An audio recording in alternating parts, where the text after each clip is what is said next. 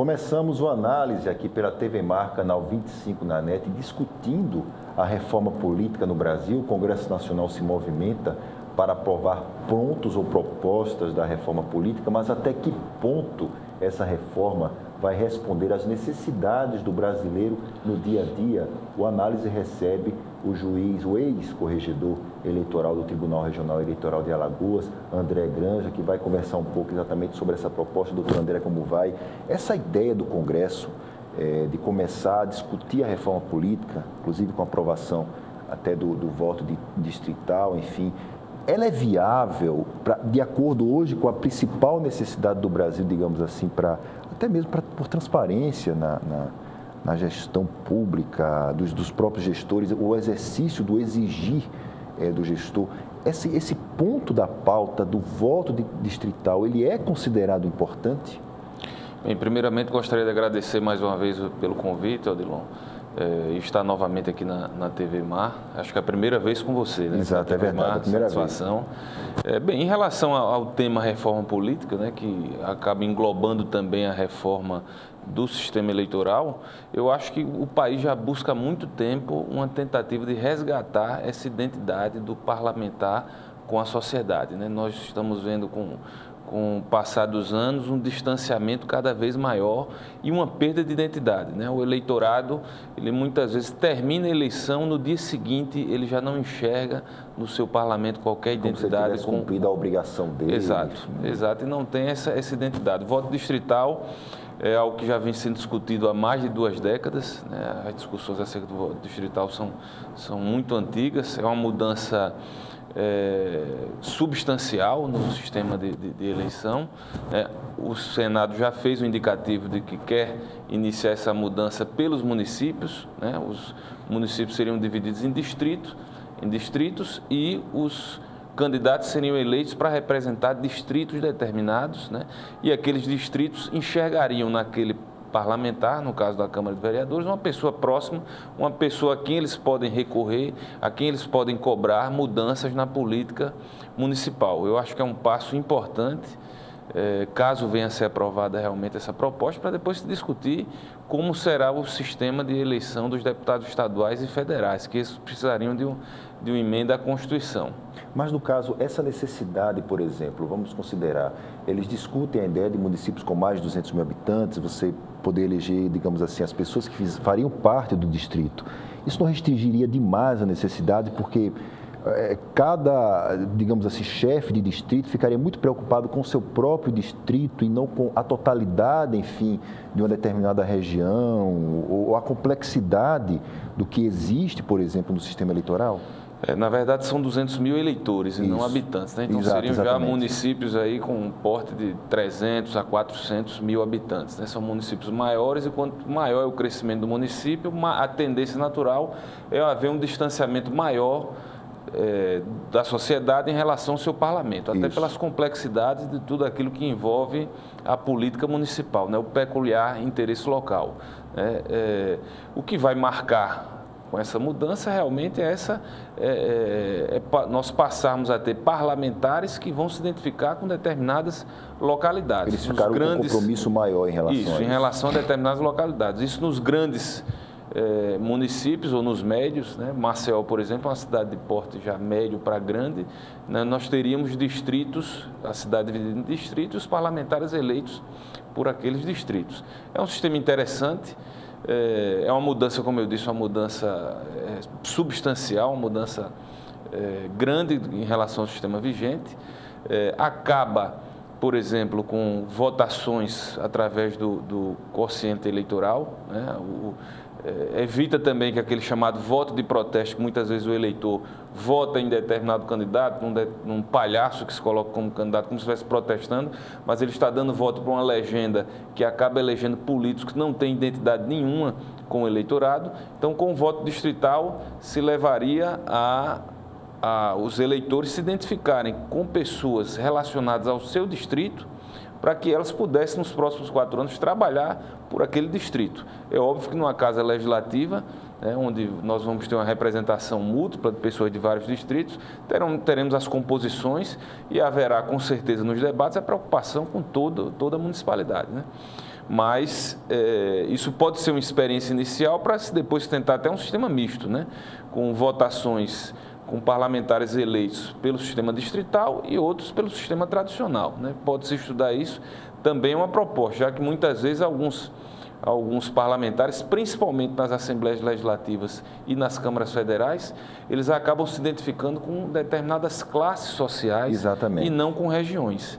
Então a gente vê muito, principalmente aqui em Alagoas, a gente nota muito isso em eleições para a Assembleia e para a Câmara Federal, que alguns parlamentares acabam tendo seus votos. Os ruralistas, a bancada da bala, enfim, não é isso? Eles acabam e também tem a classe média, por exemplo, que sempre consegue eleger um deputado federal, às vezes dois e um estadual, e a classe média ela é bem pulverizada, né, pelo interior do estado, na capital, em várias regiões. Então o voto distrital em relação a esse tipo de candidatura que está identificada não com a localidade, mas sim com a classe social, né, acaba ficando de fora desse sistema do voto distrital, né? Então, pode ser estudado também numa reforma ampla constitucional, um sistema misto de eleição de parlamentares pelos distritos e alguns no sistema convencional, eleitos por todo o estado. Isso não mexe, por exemplo, diretamente com a questão da escolaridade de algumas regiões? Por exemplo, a gente tem Santa Catarina, Rio Grande do Sul, São Paulo, eles têm um nível de escolaridade maior, o eleitor tem um nível de escolaridade maior, mas quando a gente vai para regiões de Alagoas, como por exemplo Inhapi, Canapi, Mata Grande, a escolaridade do eleitor diminui bastante. Isso não acaba não interferindo diretamente nesse voto distrital? Olha, a questão da escolaridade do eleitor, isso interfere diretamente na sua própria autonomia política, de decidir, de saber o que é melhor, né? De se envolver em questões políticas. E o eleitor pouco escolarizado, ele acaba sendo um eleitor pouco politizado, né? E com isso ele acaba sendo mais fácil, digamos assim, de ser enganado, né? E de votar mal. Em relação ao voto distrital, ele mexe na estrutura interna do próprio Estado, né? O que vai acontecer, as discrepâncias de Alagoas para Santa Catarina não teriam uma relação tão grande em relação ao voto distrital ou não. O modelo seria o mesmo, né? Praticamente o modelo seria o mesmo, mas o que nós teríamos aqui, por exemplo, digamos, nós temos cerca de 1,5 milhão de eleitores, né? Com 9 parlamentares, 9 vagas na bancada. Então, nós teríamos que eleger 9 distritos, possivelmente 3 na capital, né? Onde o universo é de mais ou menos 0,5 milhão de eleitores, e 6 no interior, né? É óbvio que algumas regiões mais pobres do interior, os eleitores estariam mais vulneráveis, mas ficaria um pouco mais claro quem são aquelas pessoas que pretendem se candidatar naquele distrito, que pretendem obter votos naquele distrito. E evitaria uma figura que acontece muito no âmbito legislativo, determinados parlamentares com a eleição passa a ter voto numa região, de repente em outra eleição ele passa a ter voto em outra, porque ele sai procurando apoios políticos em determinadas regiões, né? Vai depender das e muitas vezes, quando ele é eleito, ele esquece aquela região para a qual ele foi eleito e já sabe que na eleição seguinte ele vai procurar outra região para tentar se eleger com votos daquela região, votos capitaneados por líderes políticos locais, e que é algo que acontece que não é muito bem percebido hoje em dia, né? Mas com o voto distrital ficaria claro isso, né? Ficaria evidente aquele parlamentar que está mudando de distrito, porque ele está mudando de distrito, né? Seria algo como se fosse o parlamentar itinerante, né? Para relembrar aquela figura do prefeito itinerante, né? E é algo que com certeza ia chamar a atenção da sociedade, e o parlamentar seria alvo de muitas críticas, né?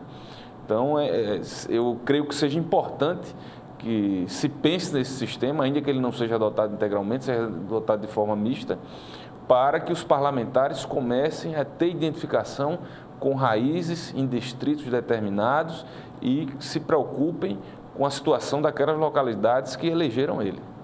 No caso, houve em algum momento, por exemplo, na nossa história, que o quociente eleitoral, alguém imaginou que ele poderia causar o que ele vem causando hoje, ou se pensou que o modelo que foi adotado ele poderia fortalecer os partidos em alguma etapa da nossa história?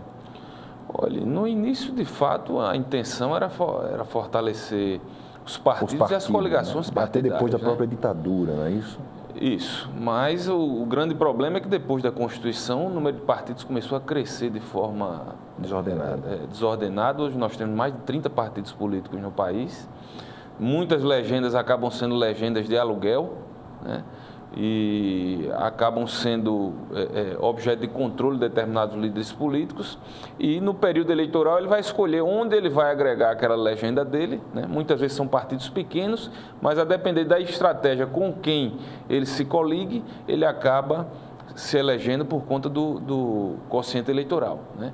Então é algo que é feito nos bastidores, são questões intrapartidárias e interpartidárias, mas não são questões que são levadas à sociedade, né? Seria importante que os partidos políticos fossem fortalecidos, mas que a sociedade participasse mais da vida dos partidos políticos, né? Até as convenções partidárias, muitas vezes se tem notícia das convenções só através das atas, né? Não se sabe como ocorreram as convenções, e se toma conhecimento quando as atas são apresentadas nos TREs. Né? Por quê? Porque essas discussões partidárias não são feitas de forma transparente, de forma clara e de forma pública, né?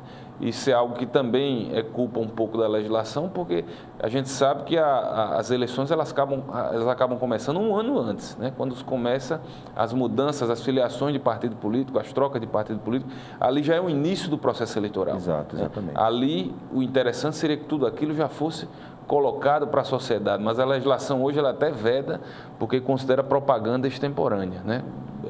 É algo que precisa ser rediscutido também, a propaganda eleitoral. A reforma política e reforma do sistema eleitoral tem que ser feita de forma ampla. Existem muitas questões, isso não vai se resolver com uma medida ou outra. Tem sido muito discutida a questão de doação de campanha de pessoa jurídica. Eu não considero esse tema suficiente para resolver o problema de hoje, mas tem que ser discutido de forma ampla uma série de mudanças para se melhorar a forma de eleição dos nossos representantes e melhora a vida política do nosso país. O senhor tocou exatamente na questão do financiamento da campanha. Talvez hoje esse seja considerado o principal ponto diante do contexto que a gente observa, principalmente da Operação Lava Jato, principalmente agora com os balanços que foram divulgados pela Petrobras, 6 bilhões de reais que foram desviados para a corrupção, que provavelmente financiaram campanhas de partidos políticos. A própria Assembleia Legislativa, com o histórico de deputados que se aproveitavam do dinheiro público para poder financiar as próprias campanhas, mostrava a Operação Taturana. O financiamento em si, no Brasil, você colocar a empresa ou retirar a empresa por si só, não é uma discussão muito superficial? Não seria, por exemplo, o ideal se colocar um teto para isso ou colocar o financiamento público que já existe com repasse partidário, enfim, via TSE aos partidos? Não seria interessante poder colocar um teto para todos? Não seria justo? Até para o candidato mais rico ou o candidato mais pobre, eles terem as mesmas condições para poder alcançar uma eleição proporcional ou majoritária, enfim? Hoje já existe um limite, né? Tanto para a pessoa física quanto para a pessoa jurídica, né?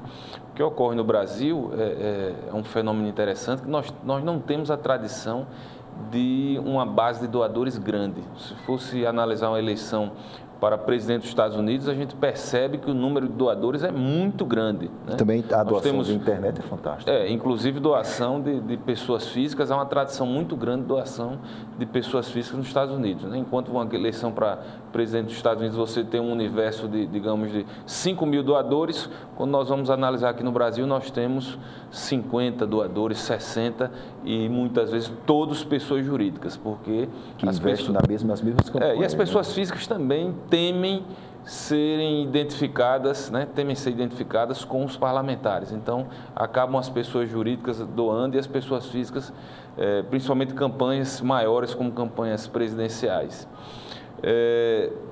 Esse tema da questão da... Então, o limite já existe. Agora, a restrição, que eu acho que seria um caminho interessante a ser traçado. Como assim a restrição? A restrição. Pessoas jurídicas que têm contratos com o poder público. Esse é o grande problema e é um problema que veio à tona com a Operação Lava Jato. As grandes contratantes com o poder público são as maiores doadoras, né? Então, são pessoas jurídicas que recebem quantias bilionárias, milionárias e bilionárias do poder público e que fazem grandes doações milionárias para campanhas eleitorais. Então, o próprio Procurador-Geral da República, quando fez a denúncia, ele colocou esse tema como um tema relevante, né? Porque isso seria uma forma de corrupção, a pessoa jurídica doar para o candidato, né? Em razão de contratos superfaturados feitos com o poder público, porque esse dinheiro tem que sair de algum lugar. A pessoa jurídica não vai quebrar para financiar ninguém. Então ela vai ter que repassar isso para os contratos, ou ela repassa, ou ela já contrata num valor maior para depois fazer doações para determinados grupos políticos, né? Isso é algo economicamente, é uma equação econômica que é muito clara, né? Então, o que, a meu ver, é uma proposta até do ministro Toffoli, de se tentar restringir pessoas jurídicas que têm contratos com o poder público, né, ou não poderem doar, ou terem um teto muito abaixo das pessoas jurídicas. É praticamente impossível, porque o CNPJ no Brasil não é tão difícil de ser feito.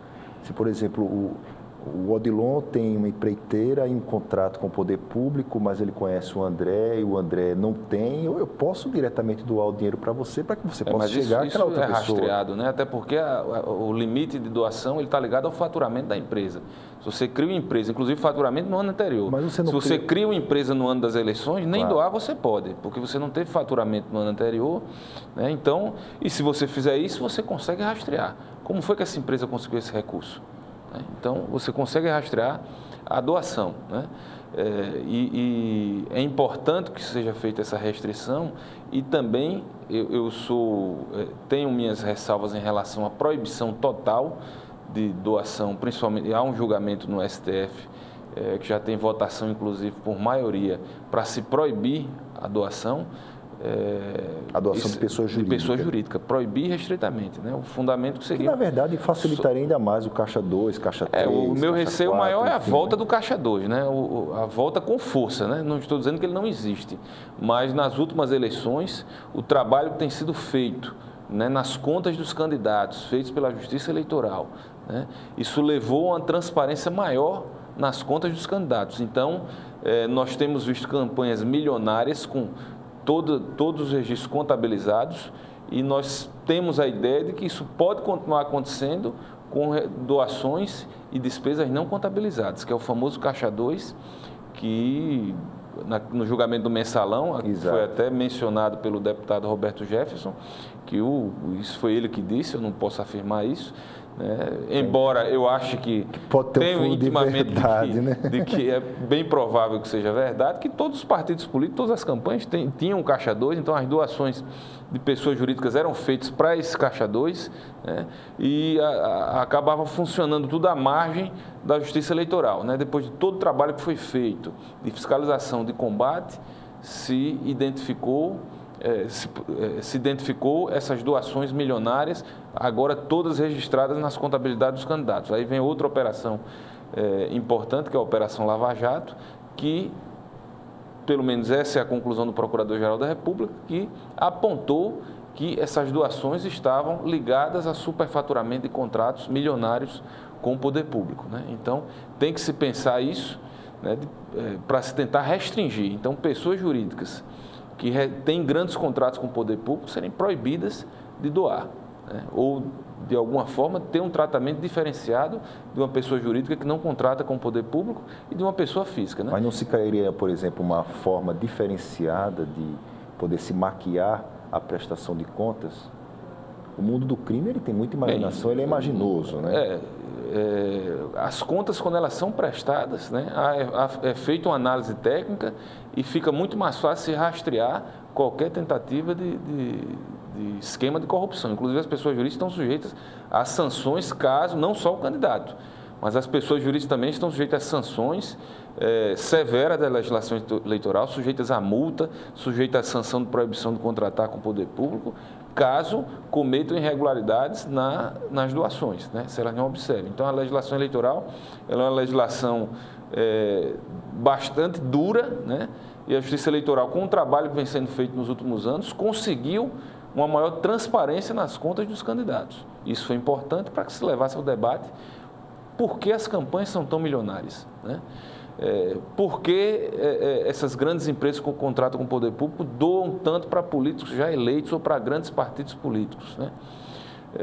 E por que não se restringir também esse período de campanha eleitoral para se tentar baratear? Isso tem sido feito ao longo dos anos, né? Já se proibiu aqueles showmícios que tínhamos antigamente, distribuição de alguns brindes como camisas, bonés, tudo isso foi feito para baratear as campanhas, mas mesmo assim nós estamos vendo que as campanhas continuam caríssimas. Então tem que se estudar novos mecanismos para se baratear um pouco as campanhas e quem sabe até para que as discussões antes do período eleitoral, antes do registro de candidatura, sejam um pouco mais claras, né? Não se considere que a propaganda eleitoral só pode começar naquele partido, porque hoje em dia um jornal, se mencionar que alguém é pré-candidato, ele já está sujeito a levar uma multa da Justiça Eleitoral, né? Se bem que nenhum leva, na verdade, diretamente, né? No Brasil inteiro, nenhum jornal leva, né? Folha de São Paulo faz, Estadão faz, os outros também fazem. Né? Nas campanhas presidenciais, o que tem se notado é uma postura do TSE discrepante das posturas que os TREs têm adotado. Mas nas campanhas estaduais, os TREs, eu me recordo do período de propaganda eleitoral nas eleições de 2006, as multas que foram aplicadas aos candidatos à empresa jornalística de propaganda extemporânea chegou quase à marca de R$1 milhão. Então foram multas, levando em consideração que as sanções na época eram de aproximadamente R$25 mil, então se nota aí que foram muitas sanções aplicadas, né? Inclusive, posteriormente, depois, essas sanções acabaram sendo abrandadas pela legislação e colocadas em patamares abaixo do que eram nas eleições de 2006. Há uma discussão sobre financiamento democrático das campanhas. Seria mais ou menos o modelo americano. Mas o cidadão comum, ele sente desconforto de diretamente financiar uma campanha. É uma proposta viável? O problema é que no Brasil nós temos uma quantidade de partidos políticos muito grande, né? Tentou-se no passado criar uma cláusula de barreira para que para se evitar essas legendas de aluguel. Na época o Supremo acabou considerando constitucional, porque a cláusula de barreira ela acabaria restringindo o número de partidos políticos praticamente à época a 6 ou 7, né? Os demais acabariam morrendo de inanição porque não teriam recursos nem espaço em televisão como os maiores. Então, essa foi uma medida tomada para se tentar diminuir o número de partidos, mas o Supremo considerou a medida exagerada na época, né? Então, pela quantidade grande de partidos políticos que existem no Brasil, nós também não conseguimos fazer com que a comunidade tenha uma identidade grande com os partidos. Nos Estados Unidos nós temos 2 partidos políticos grandes, que é os republicanos e os democratas, e há realmente uma identificação grande do eleitorado ou com um ou com outro partido. Aqui no Brasil nós temos hoje praticamente 3 grandes partidos, né, o PT, o PSDB e o PMDB. Esses têm de fato uma militância, uma força grande, mas os demais partidos, todos eles vivem de altos e baixos, né, e de mudanças grandes internas e acabam não tendo identificação nenhuma com o eleitor, né? Mas esses pequenos partidos são suficientes para causar um estrago grande em todo o processo político, né? Inclusive no próprio processo legislativo, né? Em dificultar votações, né? Em negociações internas no Congresso Nacional. Então, por conta disso, esses 3 partidos, que são os partidos maiores, que têm alguma identidade, que são partidos que têm realmente uma base maior, eu acho que conseguiriam movimentar conseguiriam envolver as suas bases em doações de campanha. Eles acabam não tendo tanta força como tem os grandes partidos norte-americanos, né? E os pequenos acabam sendo decisivos no jogo político, né? Principalmente nas coligações feitas nas eleições, e acaba deixando o eleitorado meio disperso e sem a grande massa do eleitorado sem essa identidade com nenhum grupo político, né? Então, e acabam votando como protesto, e esse voto de protesto hoje tem sido utilizado de forma muito inteligente pelos partidos que têm intenção de chegar ao poder. Mais partidos não significa mais democracia? Olha, se forem partidos que realmente têm uma proposta, têm uma corrente ideológica própria, seria um conteúdo programático interessante. Agora, salvo engano, hoje nós temos cerca de 32 ou 34 partidos políticos no Brasil, né? Será que o Brasil precisa de mais de 30 programas políticos, ideologias partidárias, né? Será que não há um exagero nisso? A meu ver, há. A meu ver, há. Então, seria importante se estudar, até para se facilitar as próprias votações no Congresso Nacional. Hoje em dia, as votações no Congresso são muito dificultadas por manobras regimentais. O Congresso, com isso, tem dificuldade de votar reformas necessárias, né? E o que tem acontecido é que o Poder Judiciário acaba tomando um protagonismo político que não seria atribuído a ele, né? Historicamente, nós temos visto o Poder Judiciário inovando em questões de política e questões eleitorais, né? Que começou com aquela regra da verticalização do TSE, com o ministro Nelson Jobim, depois veio fidelidade partidária, né?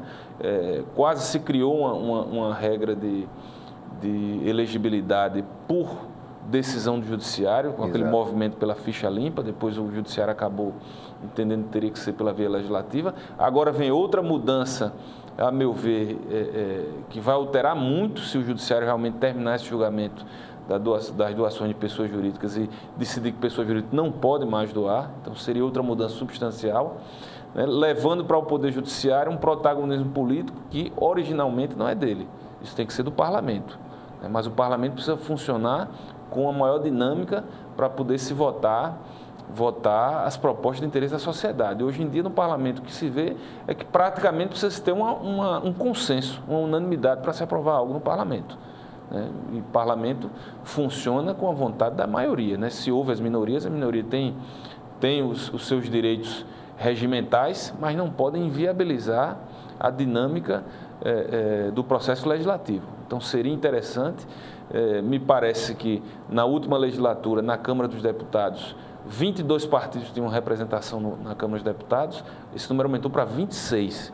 Então, são mais 4 partidos, com 4 líderes, né, que inclusive têm prerrogativas regimentais, né, de pedir verificação de quórum, de pedir vista, de pedir votação nominal em um número de destaques, né, de acordo com o número de parlamentares do partido.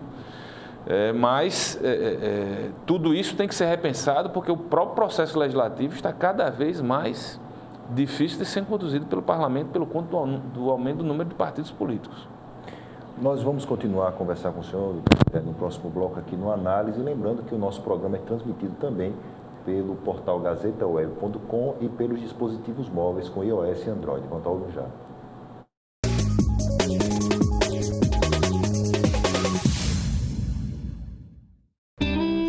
Você sabia que existe uma diferença entre o vírus HIV e a AIDS? É que muitas pessoas possuem o vírus, mas ainda não desenvolveram a doença. Por isso é tão importante o diagnóstico precoce, para que a gente tenha condições de tratar o vírus antes que ele se torne uma doença. Faça o teste HIV/AIDS. Apoio Organização Arnon de Melo.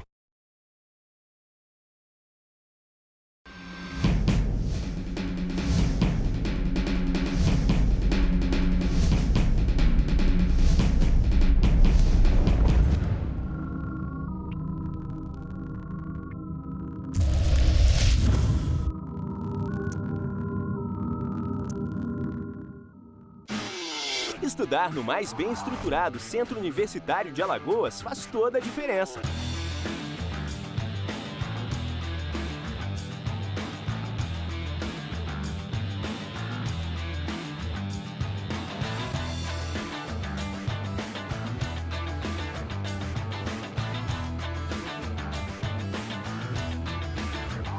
Vestibular Sesmac. Escolha o seu curso e faça a diferença. O Marcelo é do time da defesa e adora tirar fotos com os amigos. Mas ele sabe que nem toda foto é legal. O time do ataque gosta de fazer filmes e fotos estranhas, de crianças sem roupa ou fazendo coisas que as machucam. Se alguém tentar fazer isso com você ou te convencer de que é legal, diga não. E conte para alguém em quem confia. Ou ligue para o número 100 e denuncie tudo para quem atender. Ah! Fique atento também ao compartilhar suas fotos na internet. Não se exponha. Defenda-se.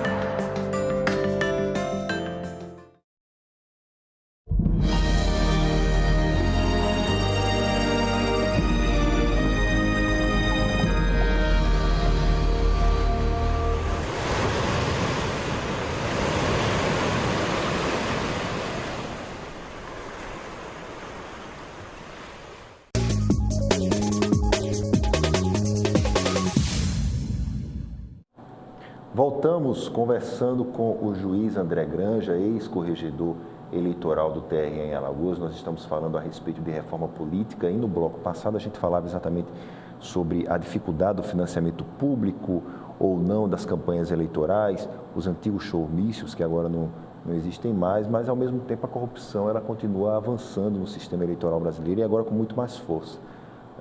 Há alguns anos atrás a gente ouvia falar de corrupção no Brasil, nas campanhas, na casa dos milhões, e agora nós estamos na casa dos bilhões. O sistema parlamentar, o senador Fernando Collor, ele chegou a falar, ele defende ostensivamente o parlamentarismo no Brasil, ele é até criticado em alguns setores na sociedade brasileira, mas quando a gente analisa, por exemplo, naquele período de João Goulart, um pouco antes do golpe, quando nós tivemos uma experiência de parlamentarismo de pouco mais de um ano, nós tivemos, digamos assim, 3 primeiros ministros, entre aspas, para tentar, digamos assim, colocar um certo ordenamento eleitoral naquele momento pré-golpe. Essa experiência para o Brasil, ela poderia ser salutar? Bem, eu acredito que seria uma mudança radical em relação à nossa cultura política, né? Nós temos uma cultura inspirada no modelo norte-americano, né? Por ocasião da proclamação da República. Isso foi trazido, inclusive, por Rui Barbosa, que era o grande pensador jurídico da época, adotando o sistema presidencialista, né? E agora o nosso sistema presidencialista, e também adotou o regime federativo, né? Embora num movimento completamente diverso, nós tínhamos um poder central que foi dividido com estados membros da federação, né? O Brasil é um país com dimensões parecidas com os Estados Unidos, adotou o federalismo num movimento diverso, porque os Estados Unidos eram várias colônias independentes, né? Ex-colônias independentes, que se uniram para formar um grande país e abdicaram do seu poder local em nome do poder central. Exato. O Brasil foi o contrário, né? Nós vimos de um período de império com a concentração de poder no âmbito central, veio o federalismo e veio a república, né? E por conta de toda essa cultura histórica, quando veio a república, houve uma concentração de poderes muito grande no poder executivo, né? Na verdade, nós não temos ainda, embora tenha se modificado bastante com o passar das décadas, um regime republicano com uma repartição de poderes mais igualitária. Nós temos um executivo muito forte, hipertrofiado, né, que durante décadas governou por meio de decretos-leis, né, que era um instrumento pseudo-democrático, no qual uma pessoa só editava um decreto com força de lei, né, a ser submetido ao parlamento, não sendo rejeitado, tinha força de lei, né? Depois vieram as medidas provisórias, já por ocasião da nova Constituição de 88, que continuaram a ser utilizadas da mesma forma que os decretos-leis, de forma abusiva. O prazo era de 60 dias, então se reeditava a medida provisória, nós ficávamos com um sistema jurídico louco, com um número infinito de medidas provisórias, até que o parlamento começou a se impor, né, e restringir o uso das medidas provisórias. O que a gente tem que buscar é o fortalecimento, primeiro, do parlamento no nosso regime presidencialista, né? Eu acho que a mudança para o parlamentarismo é uma mudança muito radical e foge um pouco à nossa cultura, à nossa história. Não estou dizendo que é um sistema ruim, funciona muito bem nos países europeus, né? Mas nos Estados Unidos, o sistema presidencialista, que é o nosso sistema, funciona muito bem, agora com o presidente da República com menos poderes que tem.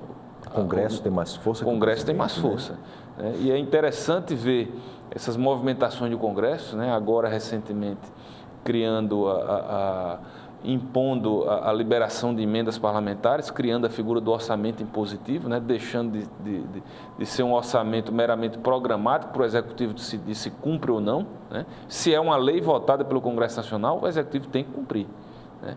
Então é algo que o Parlamento já deveria ter feito há muito tempo em nome da sua independência. O Parlamento fez isso, né? Restringiu, através de emenda à Constituição, o uso de medidas provisórias, tem inclusive já há algum tempo, muitas vezes, rejeitado medidas provisórias, por considerar que as medidas provisórias não são cabíveis em determinadas matérias. Isso é uma demonstração de fortalecimento do parlamento. É isso que se quer num regime republicano presidencialista, um parlamento forte, e não um parlamento que seja pautado 24 horas por dia, 7 dias por semana, 30 dias por mês, pela vontade do chefe do executivo, né? Isso não é democrático, né? O que se espera é um parlamento que represente a sociedade, que tenha voz própria, que dialogue com os demais poderes, dialogue com o poder executivo, mas que tenha autonomia, né? Então, eu vejo, hoje em dia nós estamos vendo a realidade política atual, um parlamento forte, com voz forte, mas por conta de um executivo que está desgastado, né, enfraquecido. O ideal era que o parlamento tivesse voz, independentemente da força política ou não do chefe do executivo. A Constituição já dá muitos poderes ao chefe do executivo e o parlamento precisa equilibrar um pouco essas forças, né? Nós precisamos ter um sistema mais equilibrado. Eu acho que o parlamentarismo ele muda radicalmente esse sistema, porque o executivo passa a ser comandado por um primeiro-ministro escolhido pelo parlamento, então o parlamento passa a ser o órgão de legislação, de fiscalização e também o que indica o chefe do executivo, né? Que indica o chefe. Então, praticamente, ele é responsável também pela execução das leis. Eu não sei se nós teríamos cultura para isso, porque nós temos ainda muito arraigada essa cultura de escolher o nosso presidente da República, de escolher o nosso representante maior das políticas de governo, né?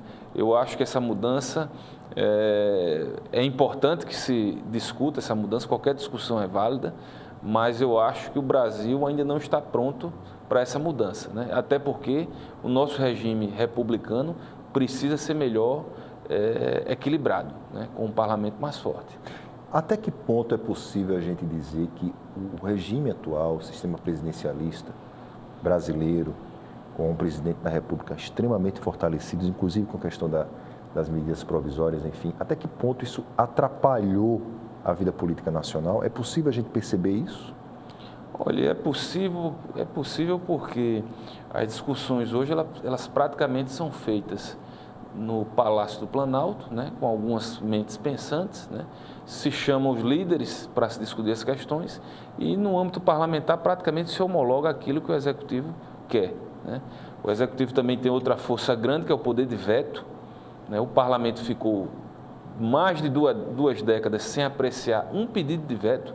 Quer dizer, vários presidentes da República vetaram manifestações no Parlamento, projetos de lei que foram aprovados pelo Parlamento, e o Parlamento nem mesmo apreciava aqueles vetos para saber se ia derrubar ou mantê-los, né? Agora, recentemente, depois de mais de 2 décadas, o Parlamento começou a exercer esse seu poder de apreciação dos vetos, que é um poder mais do que natural na democracia.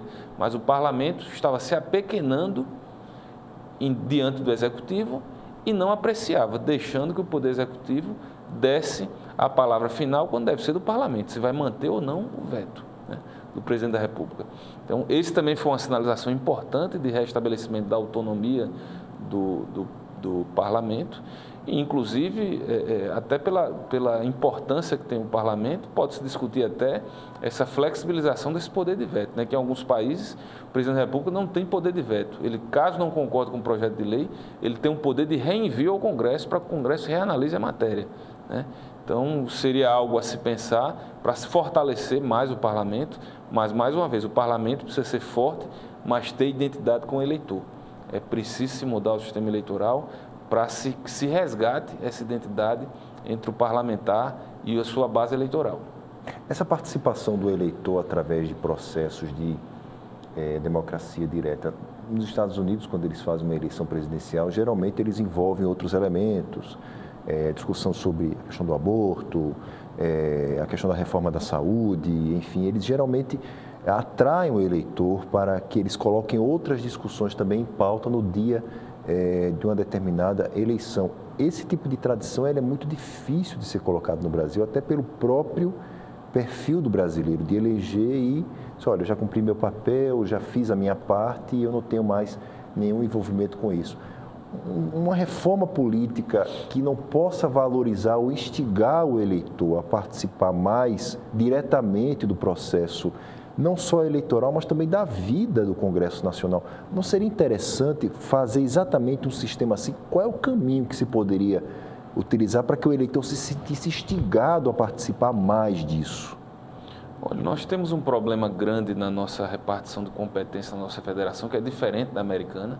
Na americana, a população também se sente mais participativa, porque os poderes locais eles têm uma competência legislativa maior, né? Então, legislação criminal, por exemplo, legislação de direito civil, né?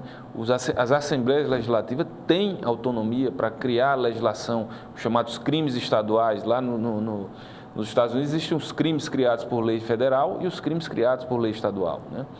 E aqui no Brasil há uma grande concentração de poder no Congresso Nacional. Então, as assembleias legislativas, em relação às americanas, são assembleias mais ociosas, né? Elas praticamente aqui votam questões da administração pública, questões orçamentárias, vez por outra alguma questão de consumidor, né?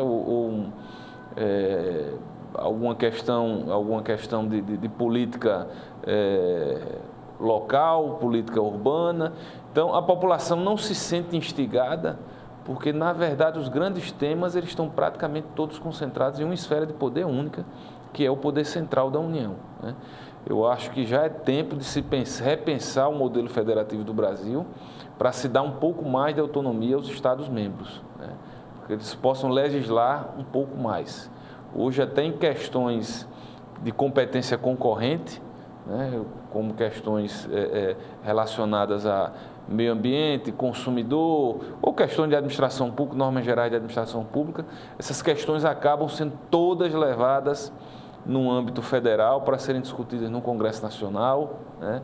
Normalmente, quando se edita alguma lei, as assembleias acabam replicando a lei federal ociosamente, né? Tanto em matéria administrativa como em matéria ambiental. E se aguarda muito, até porque há um temor, uma tradição muito grande do Poder Judiciário, principalmente no controle de constitucionalidade, de se considerar que as normas gerais nessas questões de competência concorrente da União são normas muito amplas, quando deveriam ser normas de caráter principiológico e as assembleias terem uma autonomia naquilo que a Constituição conferiu para elas, né? Então, muitas vezes, tudo realmente se leva a Brasília e há, por conta disso, também um distanciamento maior, uma dificuldade de se engajar. O Congresso tem procurado, ao longo dos anos, instrumentos de participação da sociedade, né? Há uma comissão de legislação participativa na Câmara dos Deputados, que inclusive tem aprovado vários projetos de lei encaminhados pela sociedade civil. O primeiro projeto que inclusive foi aprovado pelo Congresso Nacional foi um projeto da Associação de Juízes Federais do Brasil, foi o projeto do processo judicial eletrônico, né? E inúmeros outros projetos foram se formando, foram sendo aprovados através dessa comissão de legislação participativa, né? Há também, muitas vezes, o engajamento da sociedade por meio da iniciativa popular, né? A lei da ficha limpa. A lei da ficha limpa é o exemplo mais recente, né? A lei que criou na década de 90 a figura da captação ilícita do sufrágio, né? A possibilidade de cassação por ação de investigação judicial eleitoral por captação ilícita do sufrágio também veio do movimento grande de entidades da sociedade civil, né? Encaminhados ao Congresso Nacional. Então, esses instrumentos de participação têm sido utilizados, mas ainda por conta do distanciamento do eleitorado com aquele centro de poder que fica em Brasília, que há um distanciamento grande até pelas dimensões continentais do país, é difícil repercutir os anseios da sociedade naquela casa legislativa. Com isso, realmente, só algumas entidades muito organizadas têm conseguido, digamos assim, penetrar e conseguir levar ao Congresso Nacional questões que são urgentes para a sociedade, né?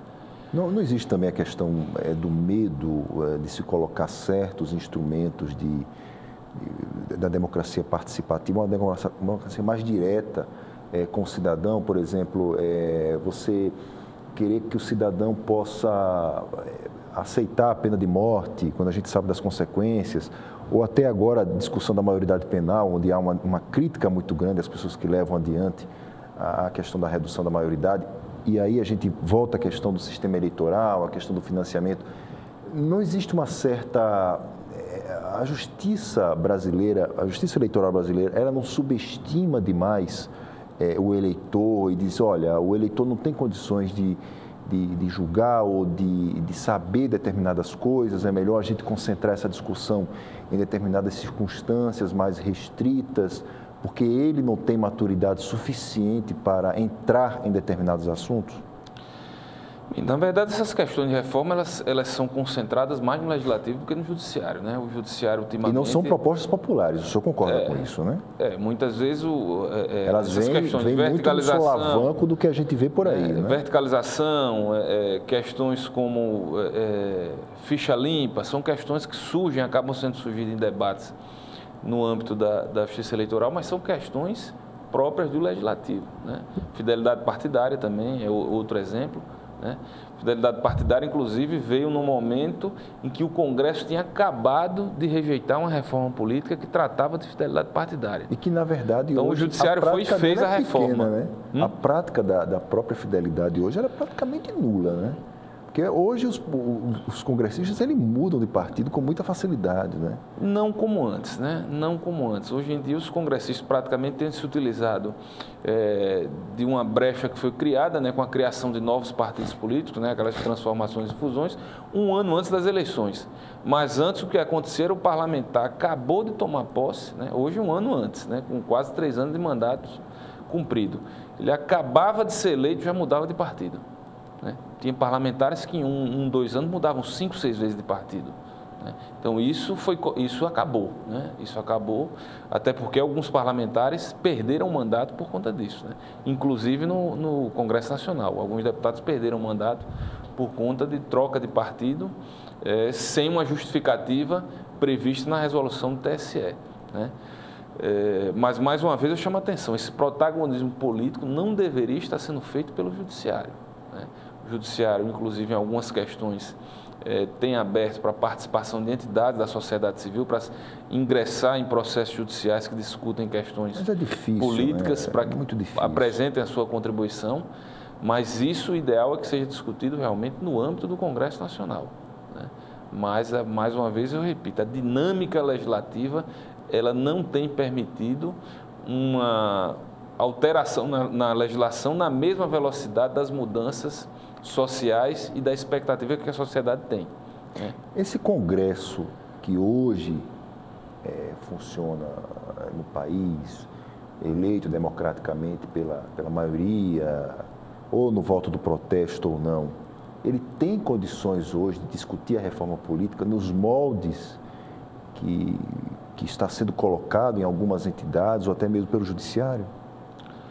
Olha, o Parlamento, de fato, há uma crítica generalizada pela queda qualitativa do Parlamento. Que isso é progressivo, né? E no mundo inteiro acontece, né? Então, isso, né? Nós, há 20 anos, nós tínhamos uma quantidade de parlamentares que eram pessoas admiradas, que eram pessoas que instigavam a sociedade a assistir seus pronunciamentos, a acompanhar suas posições, era muito maior. Então, a crítica a essa qualidade do parlamento, ela é uma realidade. Né? Ela é uma realidade e por isso que tem que ser repensado um novo formato do sistema de votações desses parlamentares, né? Para que eles possam refletir melhor e ter uma identidade maior com a sociedade. Não reflete, né, também a queda da qualidade do voto do eleitor ou do próprio eleitor?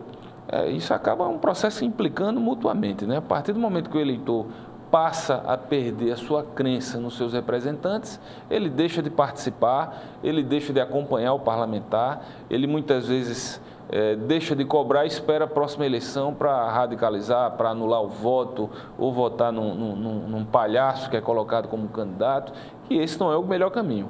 Né? Esse não é o melhor caminho, e é um caminho que tem contribuído, inclusive, para a perda de qualidade do parlamento. Né? Agora, se não bastasse essa crítica à qualidade do parlamento, hoje a dinâmica parlamentar, né, pela interferência do Executivo, pelas manobras regimentais, né, ela também tem dificultado a aprovação de projetos de interesse da sociedade, e principalmente aqueles com quórum qualificado, como é o caso das emendas à Constituição. Exatamente. Né? Uma emenda constitucional hoje, se você tiver 2 ou 3 partidos políticos de porte médio, eles conseguem viabilizar uma emenda à Constituição, uma votação de emenda à Constituição. Uma série de manobras regimentais que acabam cansando o parlamento, que tem uma série de questões para serem votadas, e determinados projetos acabam sendo postos de lado. Né?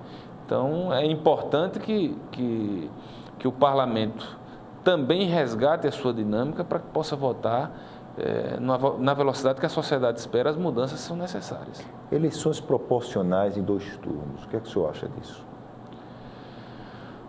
Olha, eu não creio que esse seja o melhor caminho, né? Eu acho que o fato de ter Hoje funciona? É viável hoje? Eu creio que seria mais, por exemplo, um problema no sistema não proporcional, a eleição em 2 turnos hoje, no sistema majoritário hoje funciona de acordo com o que deveria funcionar? Bem, o sistema majoritário, para o legislativo, o que nós temos em vista é o voto distrital. Exatamente. Então, nos distritos, os partidos poderão apresentar os seus candidatos e o mais votado será o eleito. Exatamente. Né? Então, esse sistema, eu acho que pode ser interessante, inclusive para contribuir no fortalecimento do parlamento. Né? Eu acho Mas que a proporcional em 2 turnos, ela acabaria ficando mais cara também, né?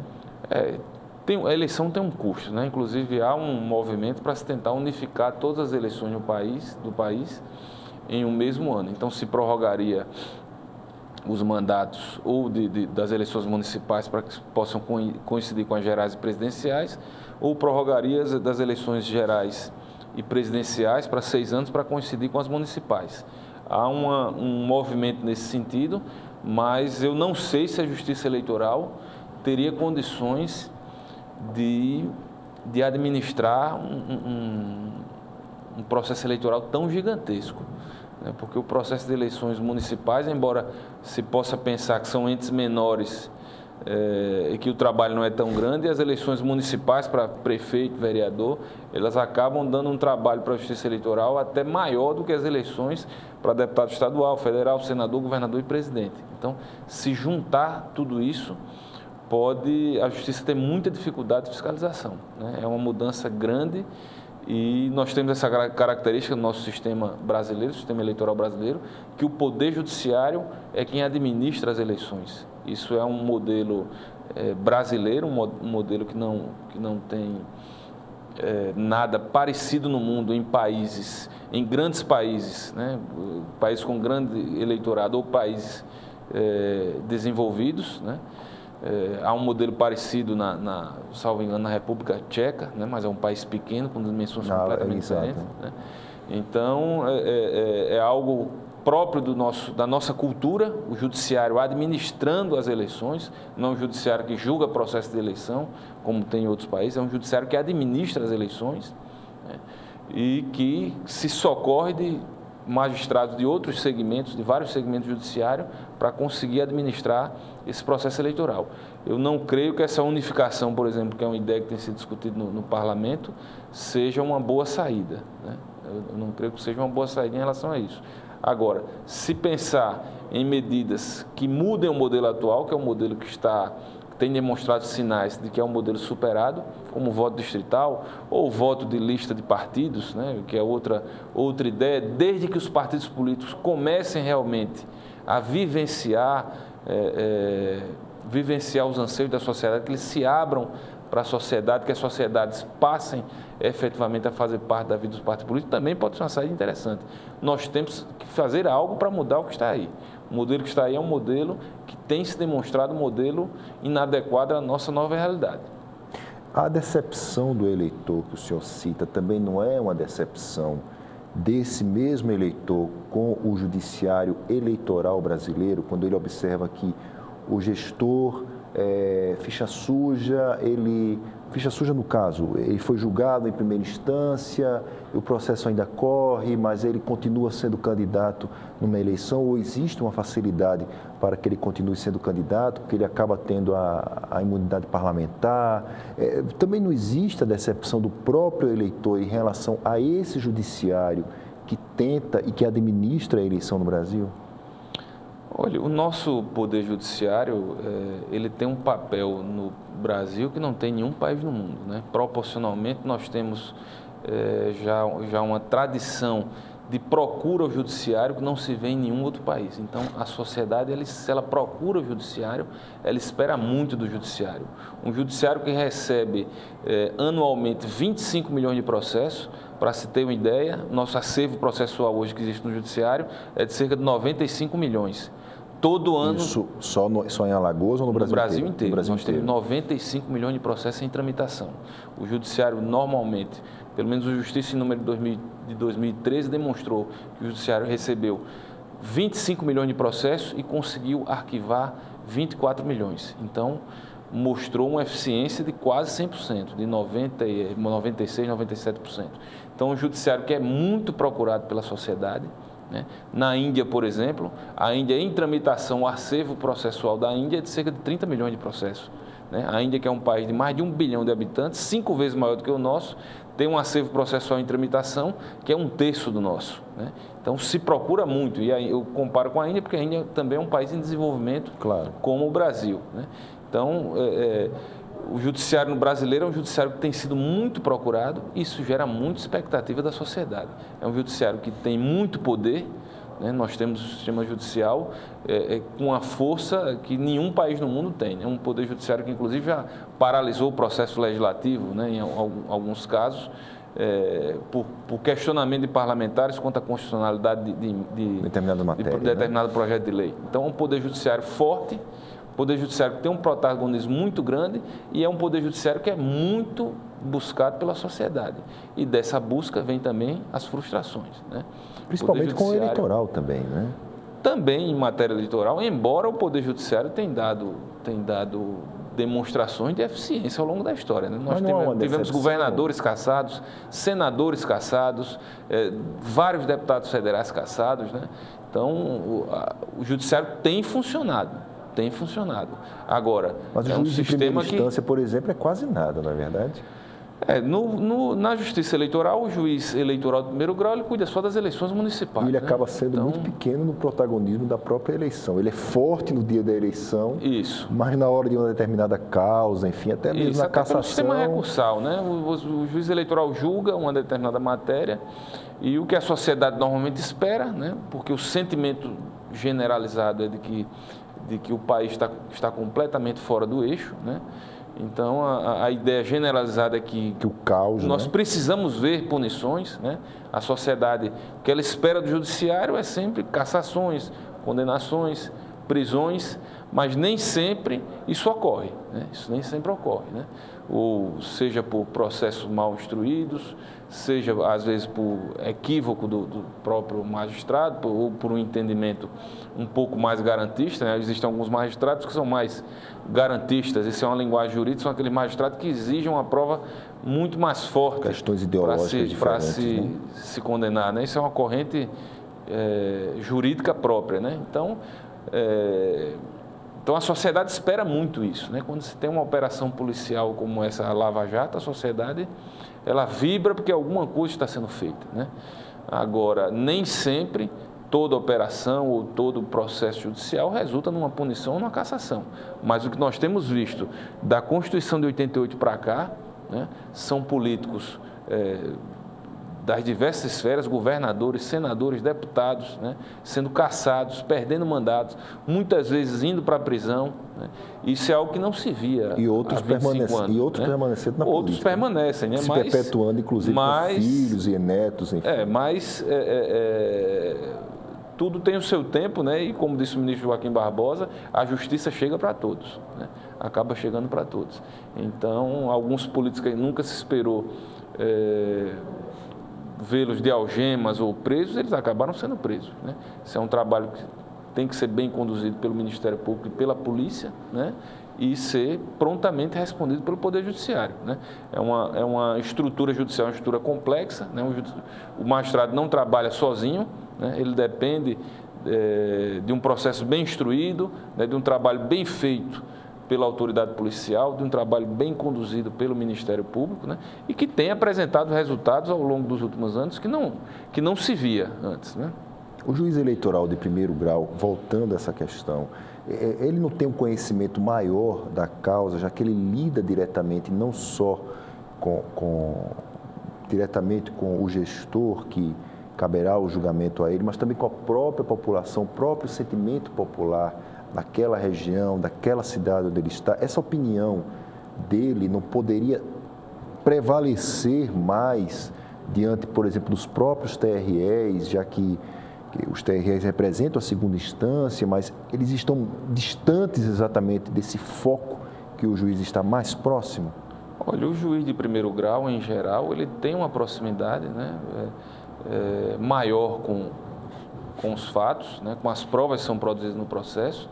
Isso, o judiciário, em geral, até procura prestigiar, né, o contato do juiz com a prova do processo, né. Foi ele que ouviu a testemunha, foi ele que teve uma sensibilidade em relação àquele caso. Isso se pode prestigiar e tem sido prestigiado, né? Sempre que há uma questão fática que envolve uma interpretação das provas e dos fatos, tem sido feito.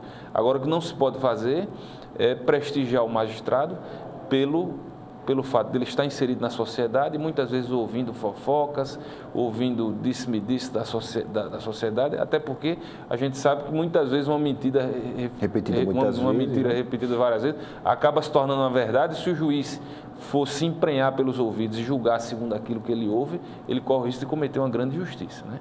Então, os tribunais têm que ter essa visão clara de prestigiar o contato do juiz com a prova do processo e não o contato dele com a comunidade, com grupos políticos, porque isso é muito perigoso e pode levar a uma insegurança grande nos julgamentos, né? E muitos erros judiciários. Só para a gente poder encerrar, doutor André, o nosso programa, justiça eleitoral brasileira é justa?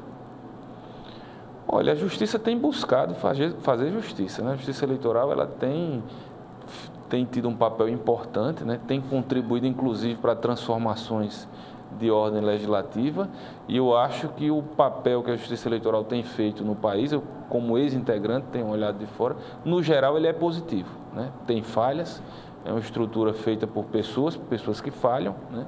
Que cometem erros e muitas vezes, às vezes, agem de má fé. Isso pode ocorrer e historicamente tem se demonstrado que às vezes se persegue desvios éticos do judiciário, o judiciário tem cortado na própria carne, né? Então isso ocorre no judiciário, mas eu acho que o saldo geral ainda é positivo em relação ao trabalho que é feito pela Justiça Eleitoral. Vamos então esperar uma reforma política no Brasil e uma justiça eleitoral mais justa em nosso país. Doutor André Granja, muitíssimo obrigado pela sua participação aqui no nosso programa e pela sua disponibilidade em vir aqui prestigiar através de suas palavras em relação à reforma política no Brasil. Obrigado também a você, telespectador, que está sempre conosco aqui na TV Mar, canal 25 na NET. E lembrando que o nosso programa também é transmitido pelo portal gazetaweb.com e pelos dispositivos móveis com iOS e Android. Nós voltamos na próxima semana. Até lá.